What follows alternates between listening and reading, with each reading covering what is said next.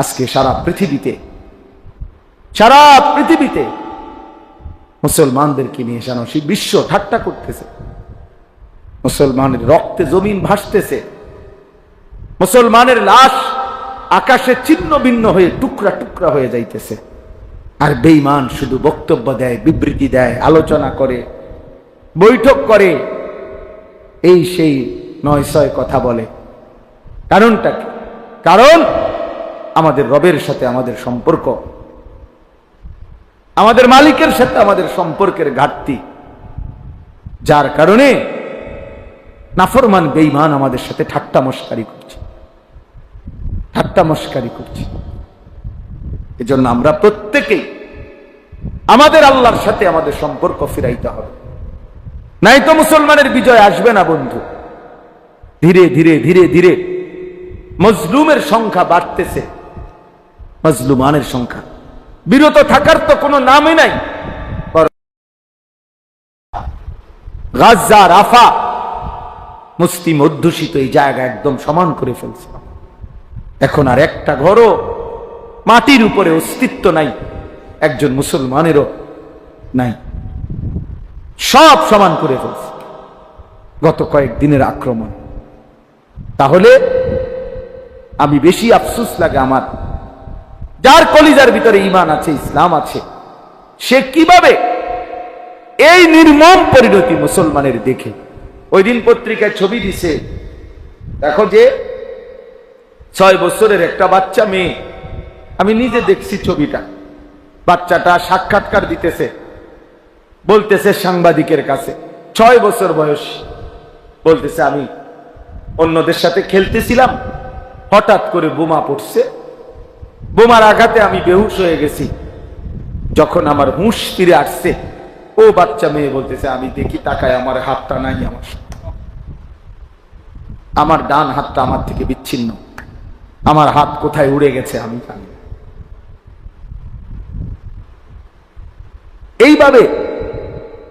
এইভাবে জলজ্জান্ত 3 বছরের 10 বছরের মাসুম নিষ্পাপ বাচ্চা যারা হত্যা করে, তারা তো কুত্তাও হইতে পারে, মানুষ তো দূরে থাক, এরা তো কুত্তাও না। এই বেঈমানগুলো, নেতানিয়াহুর এই অনুসারীগুলো, কিন্তু তারা এইভাবে মুসলিম নিধন করছে। আর আমাদের ছেলেরা, আমাদের মুসলমান ছেলেরা এখনো আগের মতোই চুল, চেহারা, মোবাইল, নারী, ছবি, অশ্লীল দৃশ্য, এত পাষাণ যে এক ফোঁটা চোখের পানিও পড়ে। আয় হায় হায়, জালেম! কেমনে এত বড় জালেম হইলি বেটা, কেমনে এত বড় জালেম হইলি বেটা। একই সময়ে পৃথিবীতে যখন, এটা তো ঘটনা যদি এমন হইতো যেটা রূপকথা, গল্প, পিছনের কোনো কাহিনী, এটা তো এই মুহূর্তের চলমান বাস্তবতা।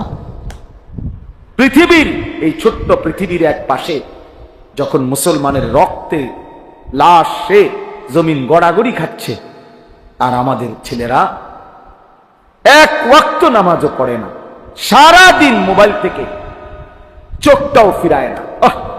কেমনে জাতি টিকবে? কিভাবে ঠিক? এই জন্য এই অল্প কয়েকজন আমরা যারা আসছি, 1 নম্বর তালেব ইলম, তোমাদের কথা শেষ, তোমাদের কথা বলছি আমি। কোরআন এবং সুন্নাহর ইলম, এটাই শ্রেষ্ঠতম ইলম। অতএব গোটা পৃথিবীর নাসক লাফাক, গোটা পৃথিবী বেহায়া উলঙ্গপনা হয়ে যাক, তুমি ওইখানে দাঁড়াইয়াও বলবা লা ইলাহা ইল্লাল্লাহ। अगरचे बुत है जमात की आस्तीनों में, मुझे है हुक्म खुदा ला इलाहा इल्लल्लाह।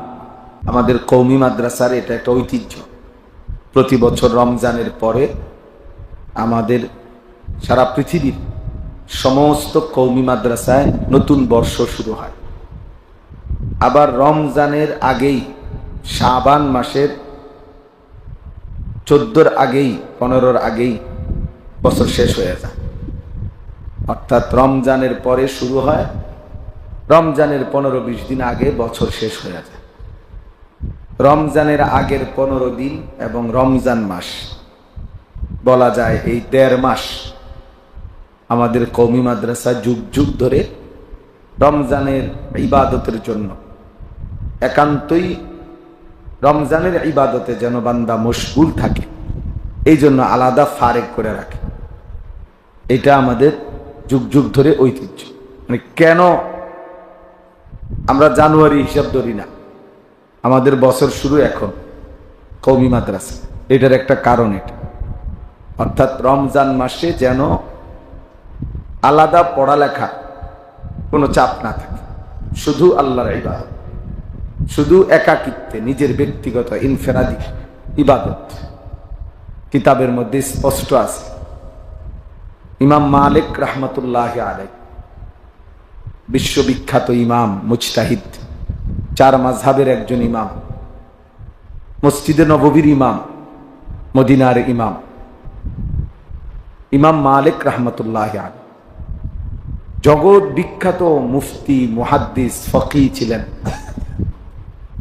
সারা পৃথিবী থেকে মানুষ ওনার কাছে দ্বীন শিখতে আসতো, সারা পৃথিবীর মানুষ। ওনাদের ছাত্র ছিল সারা বিশ্বব্যাপী ছাত্র, সারা পৃথিবীর মুসলিম অঞ্চল থেকে তালেবে ইলমরা মদিনায় আসতো ওনার কাছে পড়তে। কিন্তু যখনই তিনি রমজান আসতো, স্পষ্ট আমরা আরবি কিতাবে পড়ছি, ফিকহুল আদইয়া ওয়াল আযকার, আমার কাছে একটা আরবি কিতাব আছে, এই কিতাবের মধ্যে আছে যখনই রমজান মাস শুরু হতো তো ইমাম মালিক রাহমাতুল্লাহি আলাইহি ইয়াফিররু মিন কিরাআতিল হাদিস ওয়া মুজালাসাতি আহলিল ইলম। ইমাম মালিক রাহমাতুল্লাহি আলাইহি তখন হাদিসের যে দর্স ছাত্রদেরকে যে পড়ানো, সেটার থেকে ফিরে আসতেন, অর্থাৎ বন্ধ করে দিতেন। এমনকি আহলে ইলম ওলামায়ে কেরামের সাথেও বসা, বিশেষ কোনো সবার সাথে কাজ করা, আলেমদের কাজ, মজলিস, এইটাও তিনি ত্যাগ করতেন এবং বলতেন ওয়া আকবালা ইলা তিলাওয়াতিল কোরআন মিনাল মাসহাফ, এবং তিনি সরাসরি কোরআনুল কারীমের এরকম কপি নিয়ে সরাসরি কোরআনুল কারীমের তেলাওয়াতে মশগুল হয়ে যেতেন। মানে বুঝাচ্ছেন যে রমজান মানে ভিন্ন কিছু, রমজান মানে ভিন্ন কিছু। রমজান হলো ইনফেরাদি আমল, মানে ব্যক্তিগত আমলের শ্রেষ্ঠতম মাস। আমাকে ঘটন, আমার নিজের জীবন, নিজের আখেরাত, নিজের কবর, নিজের পরকাল, নিজের মৃত্যু পরবর্তী জিন্দিগি সাজাইবার সবচেয়ে মোক্ষম সুযোগ, শ্রেষ্ঠতম মৌসুম রমজান, রমজান মাস। আমাদের এই ভারতীয় উপমহাদেশে একজন শ্রেষ্ঠতম বুজুর্গ মুহাদ্দিস, আলেমে দ্বীন ছিলেন, সারা পৃথিবী যাকে সম্মান করে, চিনে জানে, সারা পৃথিবী বিখ্যাত আলেম যিনি, শেখুল হাদিস হযরত মাওলানা জাকারিয়া রাহমাতুল্লাহ আলাইহি, ফাজাইলে আমালের যিনি লেখক। দাওয়াত ও তাবলীগের সাথীরা যে কিতাব তালিম করে ওইটা যিনি লিখছেন, উনি এই একটা কিতাব না, এই পৃথিবীতে সিহাসিত্তা, বুখারী, মুসলিম, তিরমিজি, নাসাই, ইবনে মাজাহ, আবু দাউদ, মুয়াত্তা মালিক, হাদিসের বড় বড় কিতাবের ব্যাখ্যা গ্রন্থ লিখবার ক্ষেত্রে সবচেয়ে বেশি অবদান যাদের, তার মধ্যে উনি একজন। উনি পৃথিবী বিখ্যাত মুহাদ্দিস। ওনার লিখিত আরবি ব্যাখ্যা গ্রন্থ আমি আমার এই চোখে মক্কা শরীফ, আল্লাহর ঘর যেখানে মসজিদে হারাম, মসজিদে হারামের 3 তলায় মসজিদে হারামের লাইব্রেরি আছে, বিশাল লাইব্রেরি। আমরা হজ উমরায় গেলে ওখানে কিতাব মোতালা করি, ওইখানে ওই আরব দেশের আল্লাহর ঘরের মসজিদে হারামের লাইব্রেরির মাকতাবার মধ্যে আমি নিজে মুয়াত্তা মালিকের যে শরহ আউজাজুল মাসালিক, জাকারিয়া রাহমাতুল্লাহর লিখিত কিতাব ওইখানে আছে। অনেকে মনে করে যে ফাজাইলে আমাল লিখছে যে আলগা কিছু পণ্ডিত আছে ফালতু, এগুলো বলে যে এখানে মধ্যে জাল হাদিসে ভরা, ভুল ভ্রান্তিতে ভরা।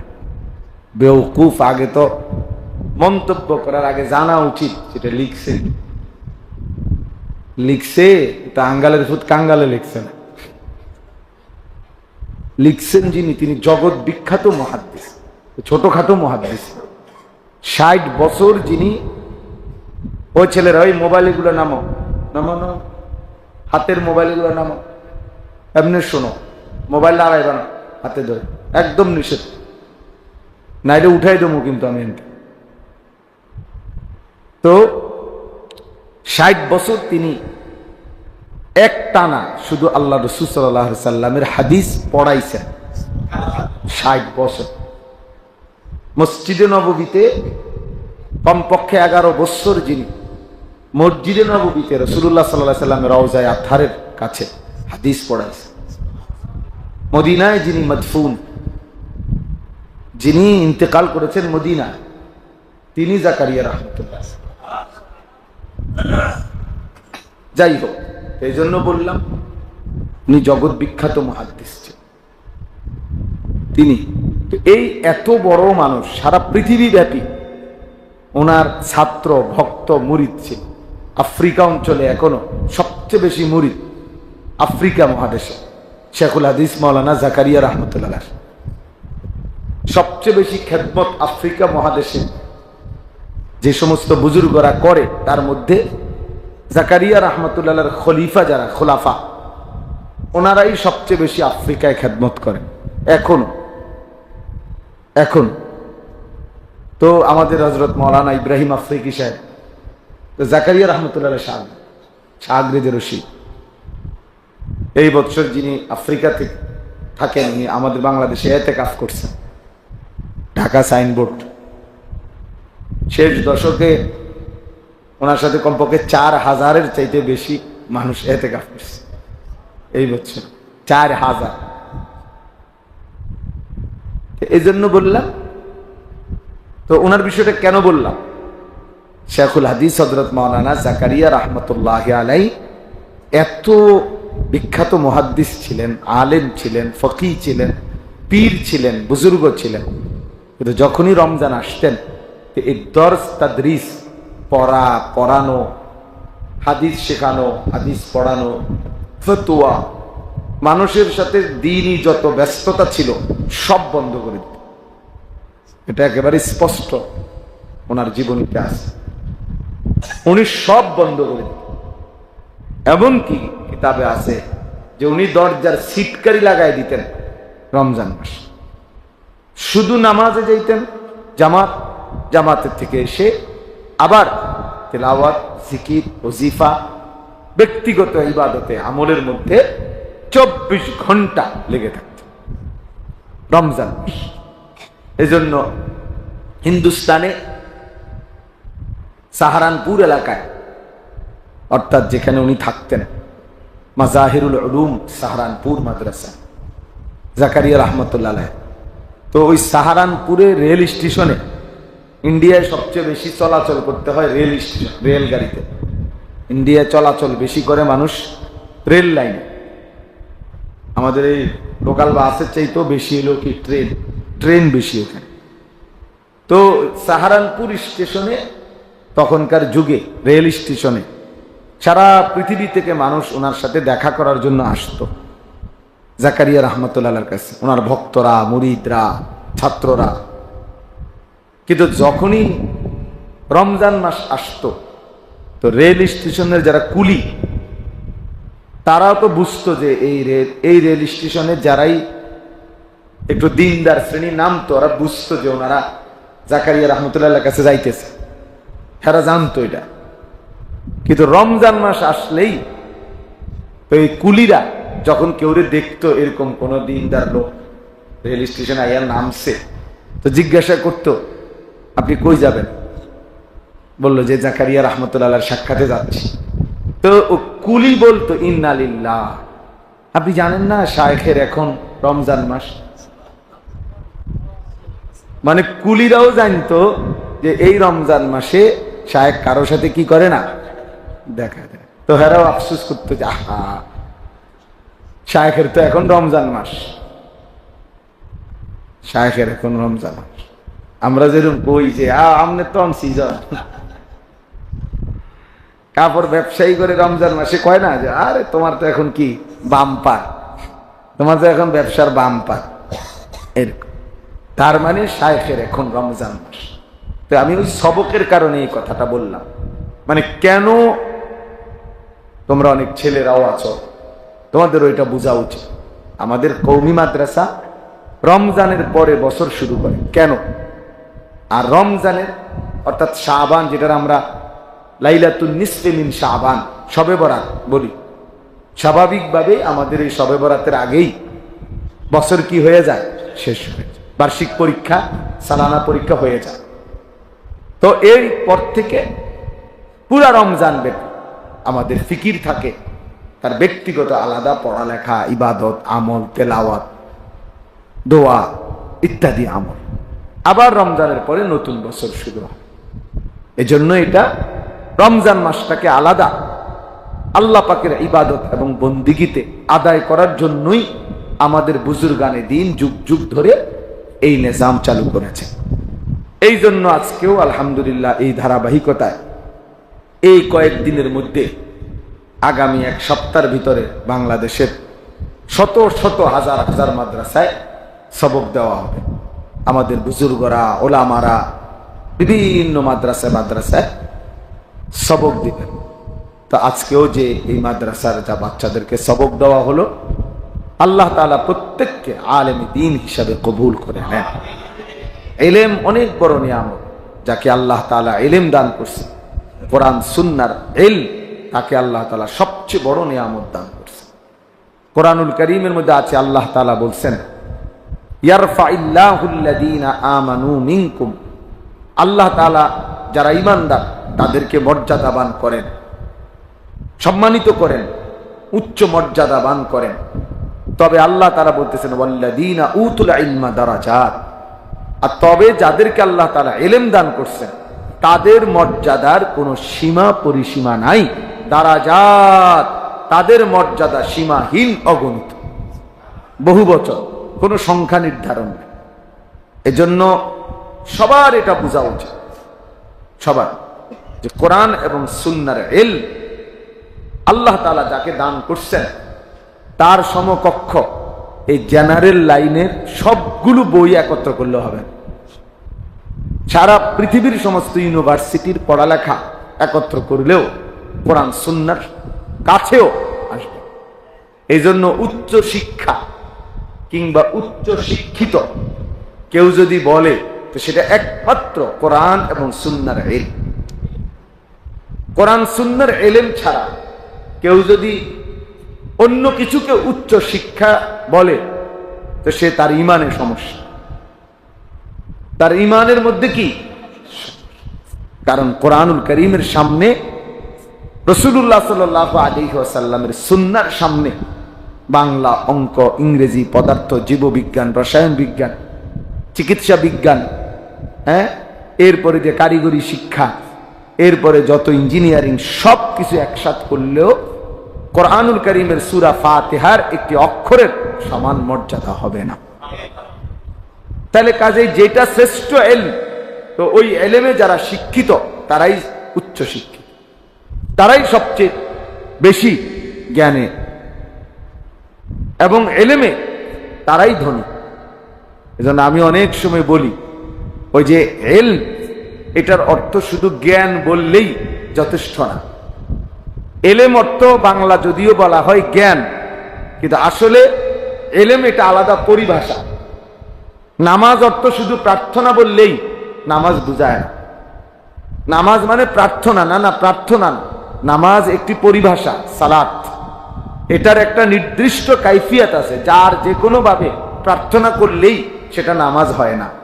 শরীয়তে এর একটি নির্ধারিত রূপরেখা আছে, শরীয়তের মধ্যে এটার একটা দিক নির্দেশনা আছে, কোনটা কিভাবে করলে এটারে নামাজ বলে, এটার একটা শুরু শেষ আছে। তো ঠিক যেই কোনো জ্ঞানকে ইলম বলে না। ইলম কাকে বলে শরীয়তে এটার একটা নির্ধারিত আছে। একমাত্র কোরআনের জ্ঞান যেটা, রাসূলুল্লাহ সাল্লাল্লাহু আলাইহি সাল্লামের সুন্নাহর জ্ঞান যেটা, এটাই একমাত্র ইলম, এটাই ইলম। আর এমনি জ্ঞান যে কোনোটাকে বলতে পারেন, কিন্তু এলেম সবটাকে বলা যাবে। এই জন্য বিদ্যা অর্জন করা প্রত্যেক মুসলমানের উপর ফরজ। আল হাদিস এই কথা লেখা স্কুলের ওয়ালে লিখলে হইতো না, স্কুলের ওয়ালে নাই, এটা অনেক স্কুলের ওয়ালে লিখে রাখে, বিদ্যা অর্জন করা প্রত্যেক মুসলমানের উপরে ফরজ। আল হাদিস মানে কি বুঝাইতে চাইছে? বুঝাইতে চাইছে এই স্কুলের ভিতরে যত পড়ালেখা হয় সবগুলো অর্জন করা প্রত্যেক মুসলমানের উপরে ফরজ। না না, জি না, এটা ফরজ না, এটা সবার উপরে ফরজ না। ফরজ হলো কোরআন সুন্নাহর ইলম শিখা প্রত্যেকের উপরে ফরজ। কথা বুঝছেন কিনা ছেলেরা? তোমরাও বুঝছো।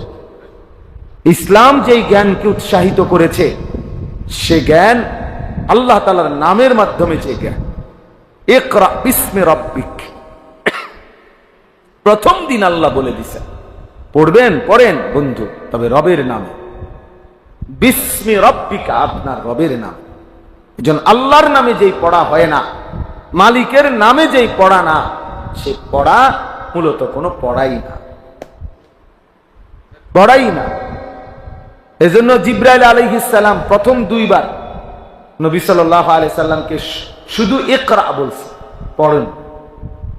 এটার অনেক ব্যাখ্যা আছে, এর মধ্যে এটা একটা ব্যাখ্যা যে নবীজি সাল্লাল্লাহু আলাইহি সাল্লাম প্রথম এই যতবারই জিবরাইল বলছে পড়ুন, উনি বলছে না, মা আনা বিকারি, আমি পড়বো না, পড়তে চাচ্ছিলেন না।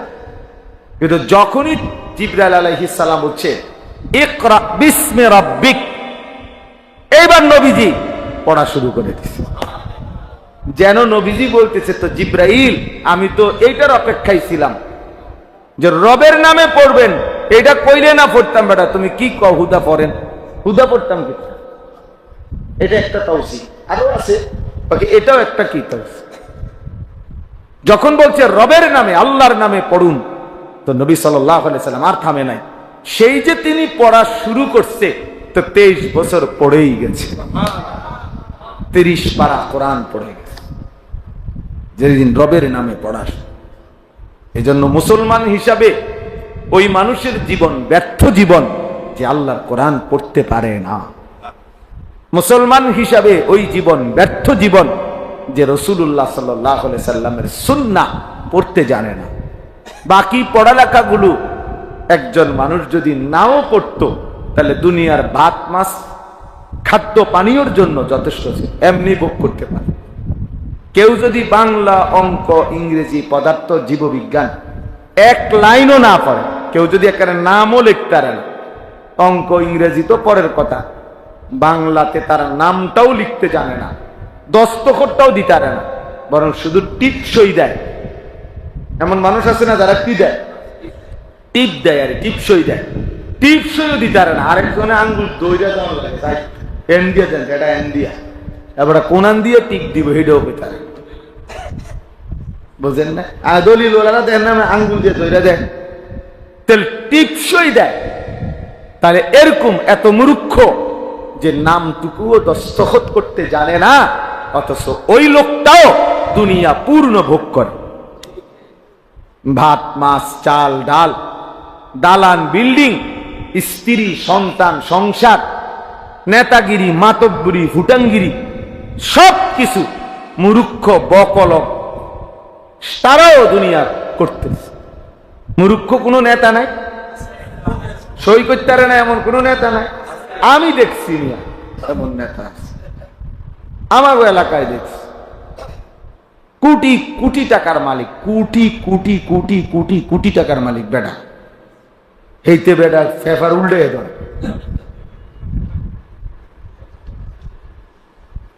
তাইলে এর নামে, এর কোম্পানির নামে ঢাকা শহরের রাস্তার জায়গার নাম হয়ে গেছে ওই কোম্পানির নাম।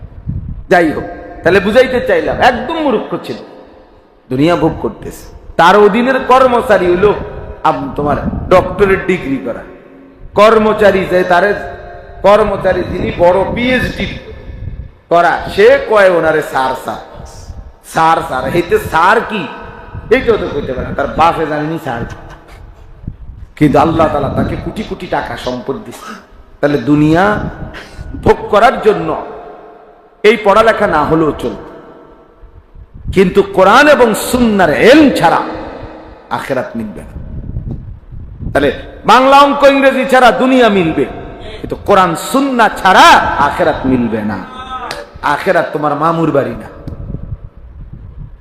আখিরাত তোমার মামুর বাড়ি না, আখিরাত কারো চাচার শ্বশুর বাড়ি না। আখিরাত বন্দিগির বিনিময়। কোরআনুল কারীমের মধ্যে আল্লাহ তাআলা বলছেন, জাযাআম বিমা কানু ইয়ামালুন। আমি আল্লাহ তাআলা তোমাকে এই যে জান্নাতের বিনিময় দিচ্ছি বান্দা, তোমার সারা জিন্দেগীর আমলের বিনিময়ে আমি আল্লাহ দয়া করে তোমার জান্নাত দিয়ে দিলাম। এ তোমার সেজদার বিনিময়। কুলু ওয়াশরাবু হানিআম বিমা আসলাফতুম ফিল আইয়ামিল খালিয়া। আল্লাহ জান্নাতি বান্দাকে বলবে, দুনিয়ার জীবন যে তুমি নেক আমলগুলো করেছিলে, আজকে তার বিনিময়ে আমার এই জান্নাতে খাও, পান করো নিশ্চিন্তে, নির্বিঘ্নে, নির্বিঘ্নে। এই জন্য প্রত্যেকটা আমলের জন্য ইলম জরুরি, ইলম জরুরি, কোরআন সুন্নাহর ইলম। এমনকি ঈমানের জন্য ইলম জরুরি। ফা'লাম আন্নাহু লা ইলাহা ইল্লা ফা'লাম, আল্লাহ বলছে এই কথার ইলম অর্জন করো যে লা ইলাহা ইল্লাল্লাহ, আল্লাহ ছাড়া আর কোন ইলাহ নাই। এইটারও ইলম তোমার দরকার যে আল্লাহ ছাড়া আর কোন ইলাহ নাই বলতে কি, শিরিক কি, কুফর কি, ঈমান কি, তাওহীদ কি, ইখলাস কি, এটাও শেখা দরকার, এটাও জানা দরকার, এটাও বোঝা দরকার। অসংখ্য মানুষ এমনও আছে যাদের জবানে তো কালেমা এটা পড়তে পারে, কিন্তু বিশ্বাসে, কথায়, আচরণে, কলিজার ভিতরে কোনো বিষয়ে সে ঈমান হারা। কোন শব্দ, কোন বাক্য, কোন বিশ্বাস এমন করে রাখছে, এমন বলে ফেলছে, যার দ্বারা তার ঈমান চলে গেছে। অথচ সে মুখেও এখনো পড়তে পারে লা ইলাহা ইল্লাল্লাহ, এটা কইতারে, কিন্তু বাস্তবে তার কি নাই? ঈমান নাই, তার তো খবরই নাই। আন তাহবাতা আমালুকুম ওয়া আনতুম লা তাশউরুন। আল্লাহ বলছে, বান্দা এমন হতে পারে যে তোমার পুরা জিন্দেগীর আমল ছুটে গেছে, অথচ তুমি জানো না। ওয়া আনতুম লা তাশউরুন, তোমার জানাই নাই, জানাই নাই। আহা ছেলেরা, তোমাদেরকে বলি বাবা, অনেক কথা, অনেক বিশ্বাস এমন আছে যে কারণে বেঈমান হয়ে যায়। অথচ তুমি তো মনে করছো তুমি শুক্রবারে জুমার নামাজ পড়ছো, তুমি মনে করছো তুমি শবে বরাতে নামাজ পড়ছো, তুমি মনে করছো তুমি রোজা রাখছো, কিন্তু এই সবগুলো কাউন্ট হওয়ার জন্য ঈমান জরুরি। এগুলো সব কাউন্ট হওয়ার জন্য ঈমান জরুরি, ঈমান জরুরি। বিশ্বাস মূল বিষয়। ঈমানের সমস্যা, আকীদার সমস্যা বড় সমস্যা, বড় সমস্যা। এই জন্য ইলম জরুরি। কোরআন সুন্নাহর ইলম আমাদের প্রত্যেকে জরুরি। আমাদের হযরত মাওলানা আব্দুল মালিক সাহেব দামাত বারাকাতুহুমুল আলিয়া কে আমাদের জাতীয় মসজিদ বাইতুল মুকাররমের যিনি সম্মানিত খতিব, বাংলাদেশের মানুষ তাকে যেটুকু চিনে, আরব বিশ্ব, গোটা পৃথিবীর ওলামা মানুষরা তারে তার চাইতে 100 গুণ বেশি চেনে। বাংলাদেশে তিনি যেতটুকু সম্মানিত, মধ্যপ্রাচ্যে, আরব বিশ্বে উনি তার চাইতে 100 গুণ বেশি সমাদৃত। জানো নি? আসা আরব বিশ্বের ইউনিভার্সিটিতে হযরতের কিতাব সিলেবাস হিসাবে পড়ানো হয়। এই খতিব সাহেব, তার বাবাই বলছিল আব্দুল মালিক রে দিয়ে গৃহ ভবিষ্যতে তে কেমনে চলবো। আহারে, আমাদের কুমিল্লা অনহরগঞ্জের লাকসামের হুজুরের বাড়ি, আমি এই গত 6 মাস আগে ওনার বাড়ির সামনে ওয়াজ করে আসছি। ওনাদের বাড়িটা দেখতে গেছি, ছোট্ট একটা বেড়ার ঘর, ভাঙ্গা চোখা, অথচ উনি সারা পৃথিবী বিখ্যাত, আগে পৃথিবী বিখ্যাত। আমি এখন মাওলানা ইয়াহিয়ারে বলছি, পুকুরের পানি লড়লে তো পুরাটাই লড়ে, বোঝা যায়। কিন্তু মহাসাগরের নিচে অনেক ঝড় তুফান তোলপার হয়, উর্ফি দিয়া তাকাইলে মনে হয় পানি একদম শান্ত, কিন্তু ভিতরে তুফান চলতেছে।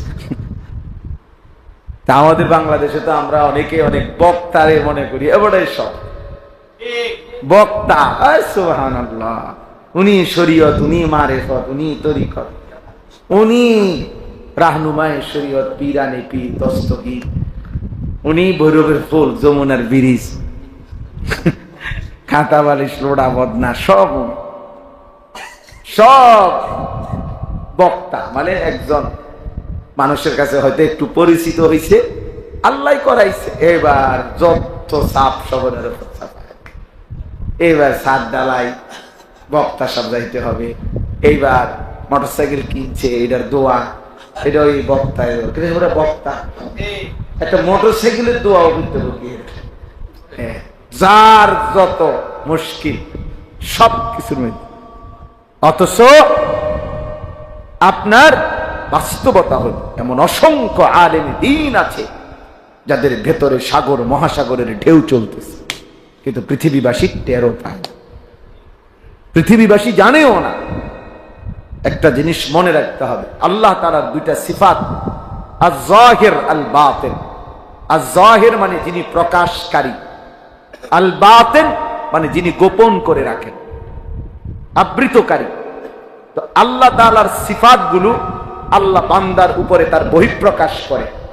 যেমন আল্লাহ গফুর, তো আল্লাহ বান্দার উপরে তার মাগফিরাতটা কি করে? বহিঃপ্রকাশ করে, মানে মাফ করে দেয়।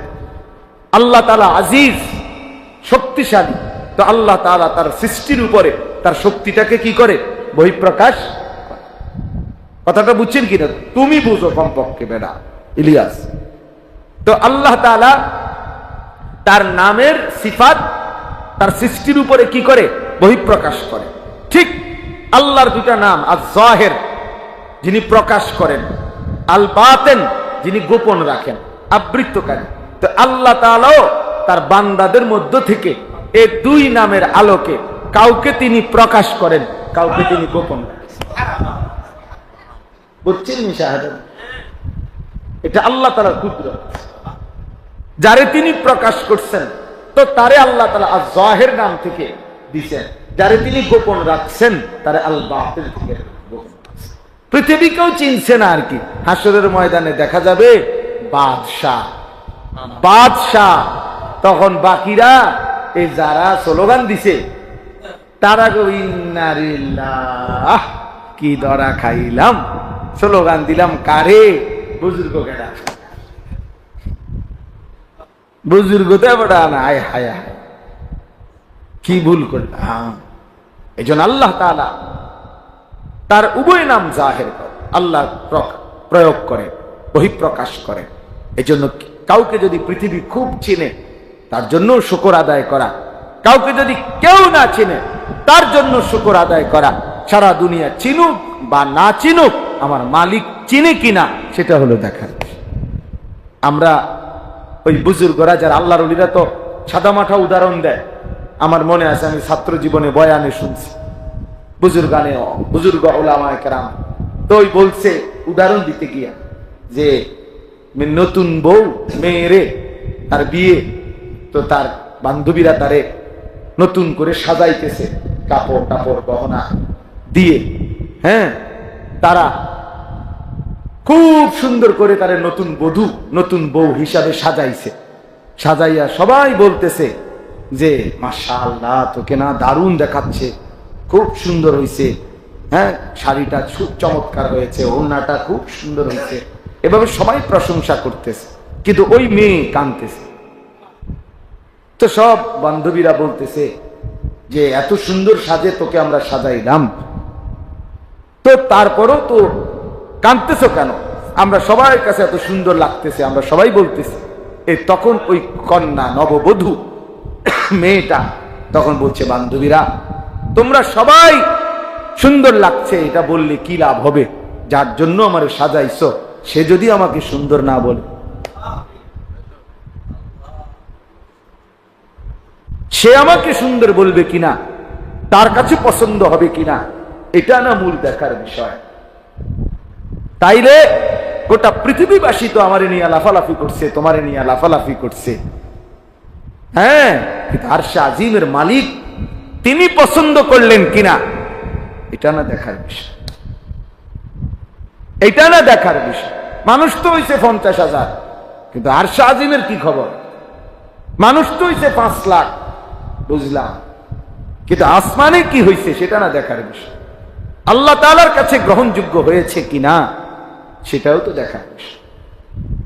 তাহলে আজকে আমি এই সবকের কারণে এই কথাটা বললাম।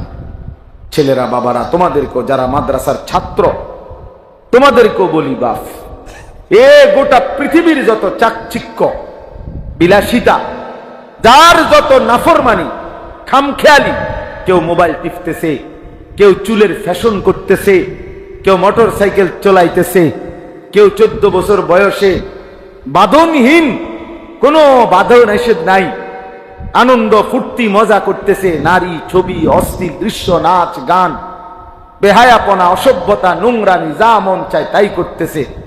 তোমরা তালিবে ইলম এই আস্ফালন, এই নাফরমানদের এই নড়াচড়া দেখা ভুল কইরো না, বোকা কইরো না, বরং তুমি আফসুস কইরো না যে আরে আমি যদি এমন স্বাধীনতা পাইতাম তাইলে আমিও তো একটু মজা করতে পারতাম। মাদ্রাসার কারণে, আল্লাহর কোরআন পড়ার কারণে আমি তো আর এগুলা পারছি না। না বন্ধু, এটা মনে রাখতে হবে, এই বাইরের এই লাফালাফি, ফালাফালি, গুনার এই আবরণ, এরা মূলত প্রত্যেকেই অভিশপ্ত। তুমি আল্লাহর কোরআন নিয়ে আছো, তুমি কেবল মালিকের কাছে দামি, তুমি মালিকের কাছে দামি। ওরে অভিশপ্ততার কারণে, আল্লাহ তাআলার নারাজির কারণে ওদের দ্বারা এই নাফরমানি হচ্ছে। আর আল্লাহ তাআলার পছন্দের কারণে তোমার হাতে আল্লাহর কোরআন উঠছে, আল্লাহর কোরআন উঠছে।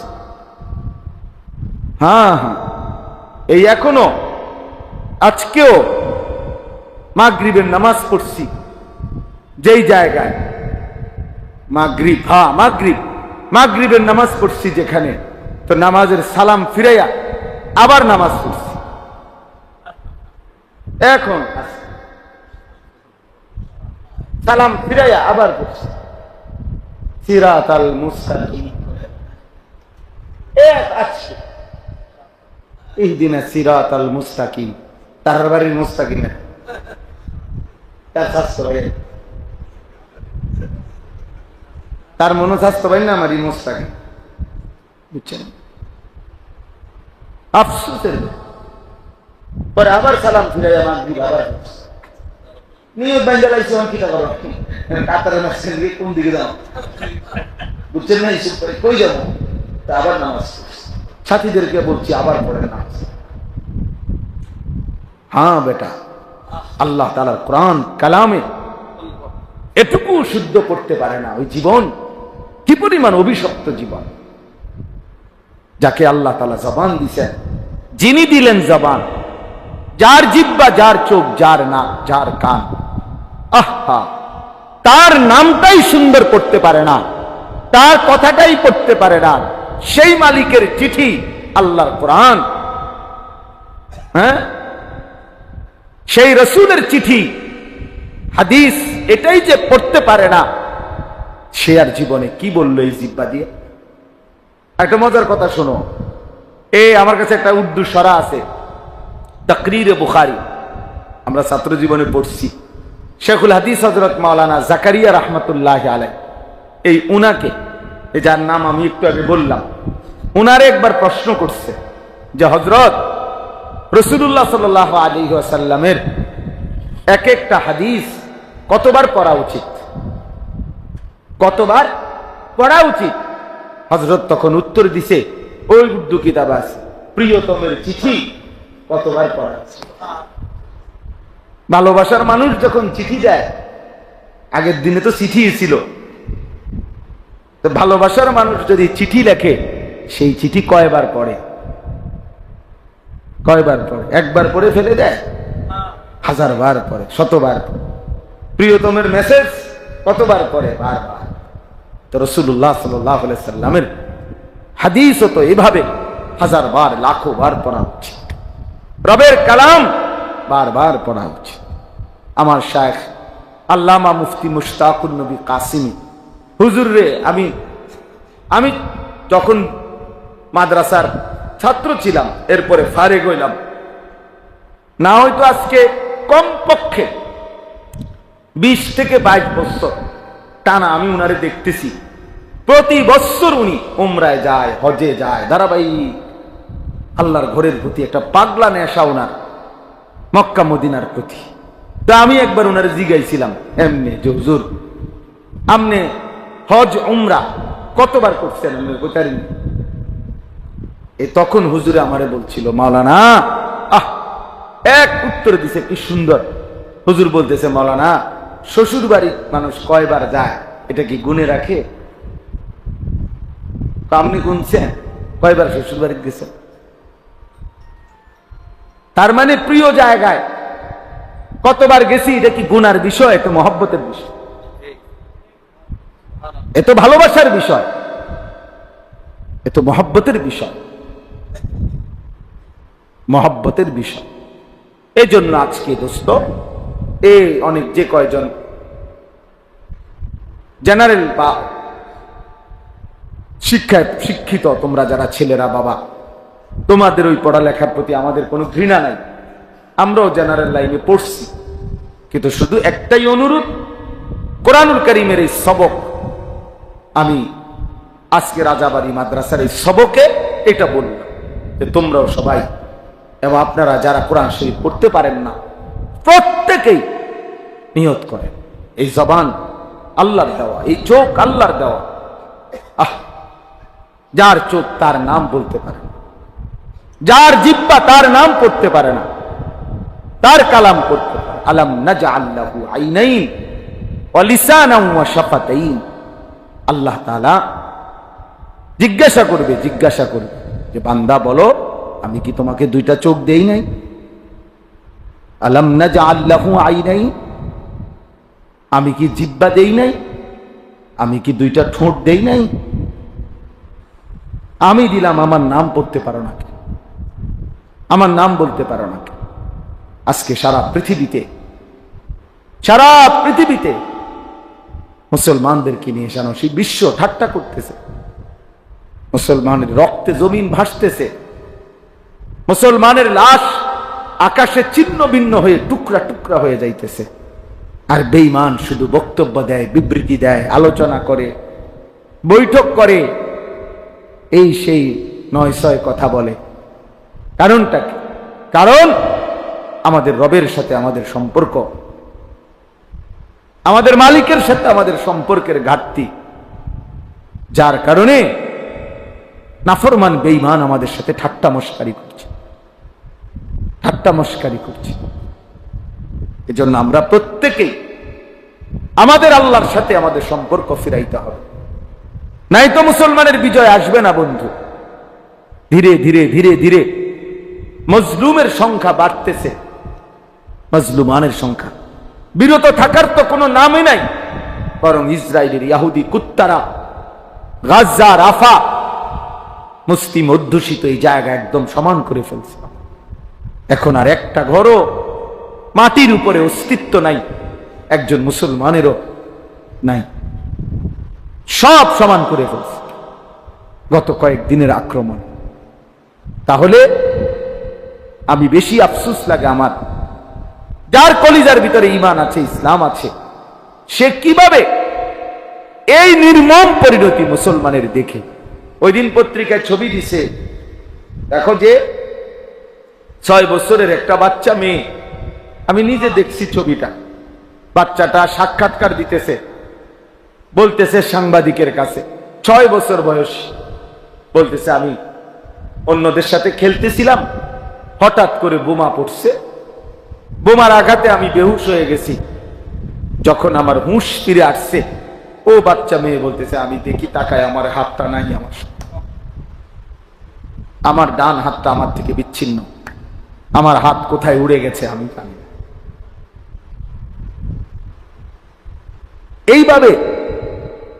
এইভাবে জলজ্জান্ত 3 বছরের 10 বছরের মাসুম নিষ্পাপ বাচ্চা যারা হত্যা করে তারা তো কুত্তাও হইতে পারে না, মানুষ তো দূরে থাক, এরা তো কুত্তাও না। ইসরায়েলের এই বেঈমানগুলো, নেতানিয়াহুর এই অনুসারীগুলো, কিন্তু তারা এইভাবে মুসলিম নিধন করছে। আর আমাদের ছেলেরা, আমাদের মুসলমান ছেলেরা এখনো আগের মতোই চুল, চেহারা, মোবাইল, নারী, ছবি, অশ্লীল দৃশ্য, এত পাষাণ যে এক ফোঁটা চোখের পানিও পড়ে। আয় হায় হায়, জালেম! কেমনে এত বড় জালেম হইলি বেটা, কেমনে এত বড় জালেম হইলি বেটা। একই সময়ে পৃথিবীতে যখন, এটা তো ঘটনা যদি এমন হইতো যেটা রূপকথা, গল্প, পিছনের কোনো কাহিনী, এটা তো এই মুহূর্তের চলমান বাস্তবতা।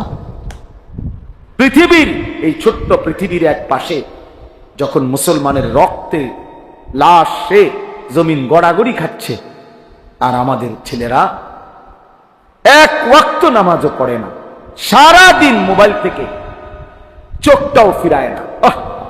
কেমনে জাতি টিকবে? কিভাবে কিভাবে ঠিক? এই জন্য এই অল্প কয়েকজন আমরা যারা আসছি, এক নাম্বার তালেব ইলম, তোমাদের কথা শেষ, তোমাদের কথা বলছি আমি। কোরআন এবং সুন্নাহর ইলম এটাই শ্রেষ্ঠতম ইলম। অতএব গোটা পৃথিবীর নাসক লাফাক, গোটা পৃথিবী বেহায়া উলঙ্গপনা হয়ে যাক, তুমি ওইখানে দাঁড়াইয়াও বলবা লা ইলাহা ইল্লাল্লাহ। अगरचे बुत है जमात की आस्तीनों में, मुझे है हुक्म खुदा ला इलाहा इल्लल्लाह। আমি শুধু আল্লাহকেই মানি, আমি দ্বীন মানি, আমি কোরআনই মানি, আমি রাসূলুল্লাহ সাল্লাল্লাহু আলাইহি ওয়াসাল্লামের হাদিসকেই মানি। আমার আব্বা, আমার মনে আছে, আমি যখন দাখিল এসএসসি দাখিল পাশ করছিলাম 1998 সালে, সায়েন্স বিজ্ঞান বিভাগ থেকে সারা বাংলাদেশে ফার্স্ট হয়েছিলাম, সমগ্র বাংলাদেশে 1 নাম্বার। তো অনেকেই আব্বার মুসল্লিরা কুমিল্লা শহরে আব্বারে বলছিল, হুজুর আপনার এই ছেলেটারে জেনারেল লাইনে পড়ান, বড় কিছু হবে, তার রেজাল্ট ভালো, মেধাবী, ইত্যাদি ইত্যাদি। আমার আব্বা বলছিল যে আসমান যদি ভাঙ্গা আরেকবার হয়, জমিন যদি উল্টাইয়া আবার ভাও হয়, হইতে পারে, কিন্তু আশরাফ, আমি আলী আশরাফ আমার আব্বার নাম, এটা আমার নামে আশরাফি, এটা আমার আব্বার নাম। তো আমি আলী আশরাফ যে সিদ্ধান্ত নিছি, আমার সন্তান যতগুলো সবগুলো দিন শিখবে, এখান থেকে আমি এক চুল নড়ব না, এক চুল নড়ব। হ্যাঁ, এই জন্য আমরা প্রত্যেকে দিন শিখি। তোমরা আর যারা তোমরা এমনি আসো, ছেলেরা, বাবারা, সবার কাছে অনুরোধ করছি, আমরা মুসলমানদের এই নির্মম করুণ হালাতে আমাদের বিবেকের কাছে, এটা একজনকেই বললাম, একজনকেই বলি, এটা আমাদের দাবি, এটা আমাদের বিবেকের দাবি। এখন আমরা আল্লাহর কাছে কান্না কর, কমপক্ষে চোখের পানি ফেলা, আল্লাহকে সেজদা করা, আল্লাহর দিকে ফিরে আসা, আল্লাহর দিকে ফিরে আসা। আল্লাহ তাআলা এখানে 3টা আমল বলছেন, এই সংক্ষেপ কথা শেষ। আল্লাহ বলছেন যে হে রাসূল সাল্লাল্লাহু আলাইহি ওয়াসাল্লাম, ফজরের নামাজ সহ আপনি 5 ওয়াক্ত নামাজ যত্নের সাথে আদায় করুন। 2, রাত্রি গভীরে তাহাজ্জুদ নামাজ আদায় করুন। 3, বেশি বেশি আমি আল্লাহ তাআলার কাছে দোয়া করতে থাকুন। এই 3টি আমল যদি ঠিকমতো করেন, ফজর সহ 5 ওয়াক্ত নামাজ, রাত্রি গভীরে তাহাজ্জুদ নামাজ, আর বেশি বেশি দোয়া, তো আমি আল্লাহ ওয়াদা দিলাম, জা আল হক ওয়া যাহাকাল বাতিল, তাহলে হকের বিজয় হয়ে গেল, বাতিলের পরাজয় হয়ে গেল। অর্থাৎ এমন মুমিনদের হাতে আমি আল্লাহ তাআলা বিজয় তুলে দেব, বাতিলের পরাজয় দিয়ে দেব। তাহলে আল্লাহ তাআলা আমাদের বিজয়ের জন্য, সফলতার জন্য, আমাদের কামিয়াবির জন্য নামাজকে মাধ্যম বানাইছেন, তাহাজ্জুদকে মাধ্যম বানাইছেন, দোয়াকে মাধ্যম বানাইছেন। আমরা যদি 5 ওয়াক্ত নামাজ ছেড়ে দেই, আমরা যদি আল্লাহর কাছে ডাকা ছেড়ে দেই, চোখের পানি ফেলা বন্ধ করে দেই, আমাদের বিজয় কোত্থেকে আসবে? বলো ভাইয়া। 1948 সালে ফিলিস্তিন এই ইসরায়েল জুলুম শুরু করছে। আজকে 77 বছর মুসলমানরা নির্যাতিত ফিলিস্তিন। এই 77 বছরে কত মিটিং, কত ফিটিং, কত গোল টেবিল, কত বৈঠক, কত আলোচনা, কত কিছুই করলো, কিন্তু ফিলিস্তিনের সমস্যা সমাধান হয় না। কারণ কলিজার ভিতরে বেঈমানদের যেহেতু সিদ্ধান্ত এই সমস্যার সমাধান করবে না, এজন্য মৌখিক কোনো কথা দিয়েই আর কি হয় না, সমাধান হয় না। তুমি যেহেতু ঘুমে সজাগ, এমনি চোখ বন্ধ করে রাখছো, তো তোমার উড়াইব কেমনে? তুমি ঘুমে থাকলে না সজাগ করা যাইতো, তুমি তো ঘুমে না, তুমি তো সজাগই।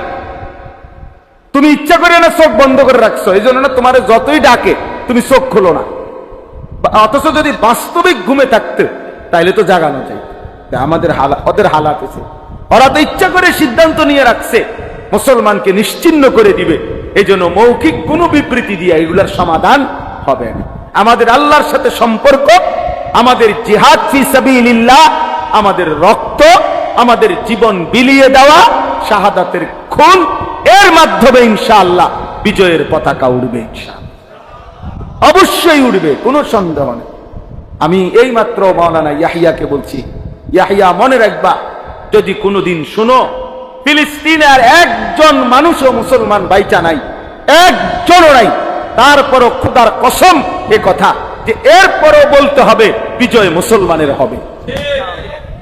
বলে কেমনে? না কেমনে এই ব্যাখ্যা আল্লাহ আমাদেরকে দিতে হবে, এটা আল্লাহ বাধ্য না, আল্লাহ তাআলা দেখাবে বিজয় কেমনে। এটাই কথা। আল্লাহ তাআলা আমাদেরকে ঈমান দান করেন, তাকওয়া দান